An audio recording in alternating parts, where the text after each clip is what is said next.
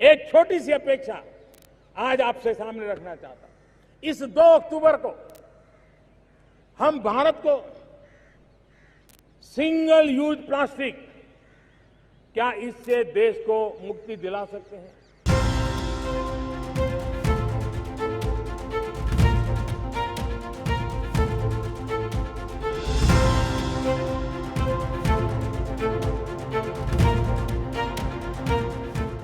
अगस्त 2021 Indian government ने एक notification निकाला था जिसमें 1 जुलाई 2022 से सिंगल यूज प्लास्टिक के मैन्युफैक्चर, इंपोर्ट, स्टॉक, डिस्ट्रीब्यूशन या सेल पर पूरी तरह से बैन लगाने की बात की थी। इसमें cutlery items like plates, cups, glasses, forks, spoons, plastic के स्ट्रॉ, इन्विटेशन कार्ड्स, थर्मोकोल से बनी cutlery, PVC banners under 100 microns for decoration सब आते हैं।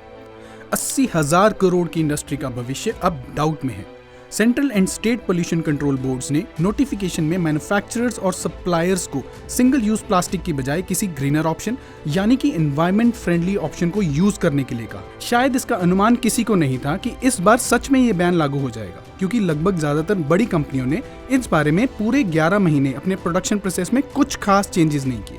उन सबको उम्मीद थी कि इस बार भी ये डेडलाइन एक्सटेंड कर दी जाएगी। आखिरकार 1 जुलाई आ भी गया और बैन लग भी गया। बैन तो पहले भी कई बार लगाने की कोशिश की गई थी, पर हर बार बैन मार्केट और कंज्यूमर्स पे होता है। इस बार बैन सप्लाई चेन पर लगाया गया है। नोटिफिकेशन के मुताबिक people found to be flouting the ban can be find under the environment protection act 1986 which permits jail up to 5 years और a penalty of 1 lakh rupees और both. Before I go ahead, I need to share something with you. Why is banning single use plastic important? क्योंकि दुनिया में अब तक 8.3 billion ton plastic बनाया जा चुका है, जिसमें से 91% प्लास्टिक रिसाइक्लेबल ही नहीं है। मतलब 7.5 बिलियन टन प्लास्टिक दुनिया के किसी कोने में पड़ा हुआ है। मतलब ये है कि अगर 1824 में आपके दादाजी के परदादाजी ने कभी स्ट्रॉ से जूस पिया था, तो वो छोटा सा स्ट्रॉ आज भी कहीं डीकम्पोज होने के लिए पड़ा है। एक छोटे से स्ट्रॉ को भी 200 साल से ज्यादा लगते हैं डीकम्पोज होने के लिए। यूएन एनवायरमेंट प्रोग्राम की एक रिपोर्ट के हिसाब से वर्ल्ड में 1 मिलियन से ज्यादा प्लास्टिक बॉटल्स हर मिनट खरीदी जाती हैं। 5 ट्रिलियन प्लास्टिक बैग्स खरीदे जाते हैं, जो कि सिर्फ एक बार में यूज करके फेंक दिए जाते हैं। भारत से ही अकेले 3.5 मिलियन टन प्लास्टिक हर साल जनरेट होता है। गवर्नमेंट डाटा के हिसाब से इंडिया का per capita plastic waste generation हर साल 3 किलो है। मतलब अगर आपकी उम्र 35 साल की है तो आप लगभग 100 किलो प्लास्टिक वेस्ट पैदा कर चुके हैं, जो कि आज भी इस दुनिया के किसी कोने में पड़ा होगा और आपके आगे आने वाली 5वीं पीढ़ी तक यही रहेगा। एनवायरमेंट मिनिस्ट्री के मुताबिक इतने लंबे समय तक डीकम्पोज ना हो पाने की वजह से ये इवेंचुअली माइक्रो प्लास्टिक्स में तब्दील होकर हमारे फूड सोर्सेज में मिल जाता है, जहाँ से हमारी बॉडी में एंटर कर जाता है। आप खुद ही इमेजिन कर सकते हैं कि ऐसे में हमारी हेल्थ का क्या होगा। In fact Plastic Soup Foundation states that plastic has already entered our food chain. United Nations environment programme के अकॉर्डिंग लगभग 1 लाख से ज्यादा समुद्री जीव हर साल प्लास्टिक वेस्ट खाने से मर जाते हैं, जो कि बहुत पेनफुल है। जाहिर है इसी कारण ये बैन हमारी फ्यूचर जनरेशंस के लिए और हमारे प्लेनेट को बचाने के लिए बहुत जरूरी कदम था। पर सवाल ये है कि क्या हमारी इंडस्ट्रीज इस चेंज को एक्सेप्ट करने के लिए तैयार हैं? शायद आप सोच रहे होंगे कि सिंगल यूज के बाद तो चिप्स का पैकेट भी फेंक दिया जाता है, तो क्या अब वो भी चेंज होने वाला है? तो इसका जवाब है नहीं। एनवायरमेंटल रिसर्चर्स के मुताबिक band items do not include multi layered packaging (MLP). MLP is used in almost all fast moving consumer goods, चाहे वो चिप्स का पैकेट हो या फिर शैम्पू, बिस्किट का पैकेट या फिर gutkha pouches. Packaging material has been included as part of the extended producer responsibility notification. इसके तहत वो कंपनीज जो कि MLP को मैन्युफैक्चर या कंज्यूम करती हैं, उन्हें ही इस मटेरियल को कलेक्ट करवा के रीप्रोसेसिंग करवाने की रिस्पॉन्सिबिलिटी लेनी होगी, जिसके लिए उन्हें एनुअल टारगेट भी दिए गए हैं। The environmental ministry has set aside a target for the manufacturing industry on recycling. By 2026-27, manufacturers will have to recycle 100% of all their plastic packaging. अब सिंगल यूज प्लास्टिक का सालाना टर्नओवर 60,000 करोड़ से भी ज्यादा है। ऐसे में बिना किसी ऑल्टरनेटिव के रिटेल ट्रेड को तो बहुत ज्यादा डिस्ट्रक्शन का सामना करना पड़ ही सकता है। पंजाब में ही लगभग 129 plastic manufacturing units, 3 MLP manufacturing units and 16 unregistered plastic units हैं। इनमें से कुछ को पास में रूल्स वायलेट करने के चक्कर में शो कॉज नोटिस भी इशू हो चुके हैं। Union environment minister Bhupinder Yadav ने बताया है कि ये मॉनिटर करने के लिए कि कंपनीज बैन को फॉलो कर रही हैं या नहीं, नेशनल और स्टेट लेवल पे कंट्रोल रूम सेट किए जाएंगे।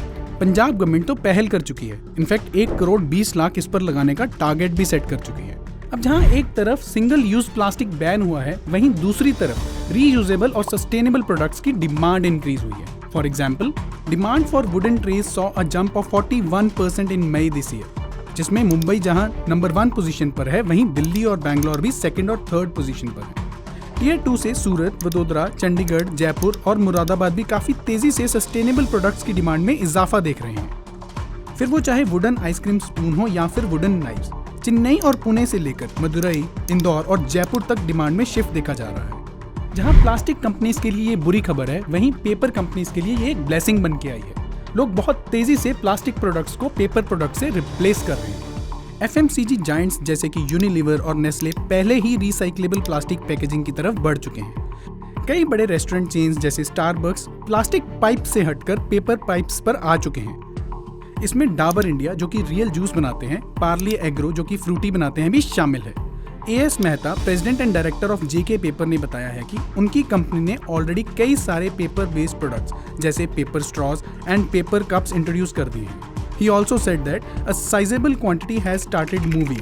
Paper bags are one category where there is a huge demand because they have replaced plastic bags. इस अपॉर्चुनिटी में हालांकि एक कैच भी है। पेपर प्रोडक्ट्स में यूज होने वाले रॉ मटेरियल्स, कोल, केमिकल्स या फ्रेट एक्सेट्रा के रेट्स बहुत बढ़ गए हैं। अब पेपर कंपनीज ये बर्डन खुद तो बियर करेंगी नहीं, इसीलिए ये बर्डन अल्टीमेटली एंड कंज्यूमर्स पे आएगा। इसी कारण पेपर कंपनीज इस साल ऑलरेडी 2 बार प्राइस हाइक कर चुकी हैं। तो जो आइटम पहले 45-50 रुपए की मिल रही थी, वो ऑलरेडी 100 रुपए की मिल रही है। लॉजिस्टिकल इश्यूज को देखते हुए पार्ले एग्रो जैसे कुछ बड़े मार्केट प्लेयर्स ने भी फैक्ट्री ऑपरेशंस बंद करने का हिंट दिया है। उनके मुताबिक पेपर स्ट्रॉज की ग्लोबल शॉर्टेज है। अधिकतर पेपर स्ट्रॉज चाइना, इंडोनेशिया और यूरोप में बनते हैं और भारत को एक्सपोर्ट करना उनकी लिस्ट में काफी नीचे है। तो क्या हम खुद अपने पेपर स्ट्रॉज या पेपर प्रोडक्ट्स नहीं बना सकते? शायद हाँ, this is a very good opportunity. पर फिलहाल पेपर स्ट्रॉ बनाने वाली मशीन लेने के लिए ही 1 साल वेटिंग पीरियड है। All India plastic manufacturers association ने वार्न किया है कि ये रूल लगभग 88,000 यूनिट्स जो कि इस वक्त सिंगल यूज प्लास्टिक के उत्पाद यानी कि प्रोडक्शन में लगे हैं, उनको बैंकरप्ट कर सकता है। तो समझदारी इसी में है कि समय रहते हम कुछ कड़क पर सही कदम ले लें। इसका शॉर्ट टर्म इम्पैक्ट तो नेगेटिव होगा, पर लॉन्ग टर्म इम्पैक्ट बहुत पॉजिटिव होगा। अब ये बैन आज नहीं तो कल तो लग ही जाएगा, लेकिन सवाल ये है कि हम एज SME मैन्युफैक्चरर्स कैसे इस प्रॉब्लम को अपॉर्चुनिटी बना सकते हैं। क्या हम पैकेजिंग मटेरियल्स में शिफ्ट हो सकते हैं, सस्टेनेबल ऑप्शंस देख सकते हैं, या फिर रिसाइक्लेबल प्रोडक्ट्स क्रिएट कर सकते हैं? अब आप इस सिचुएशन में लॉसेस बियर करेंगे या मैसिव प्रॉफिट्स क्रिएट करेंगे? It totally depends on your action. Hope you found value out of the content. If you liked the video, please do like, comment and share to your circle, and also do subscribe to my channel because it motivates me to keep posting such content. I will come up with more value content very soon. This is CA Arsh Gaur, your profit coach, signing off. Bye bye.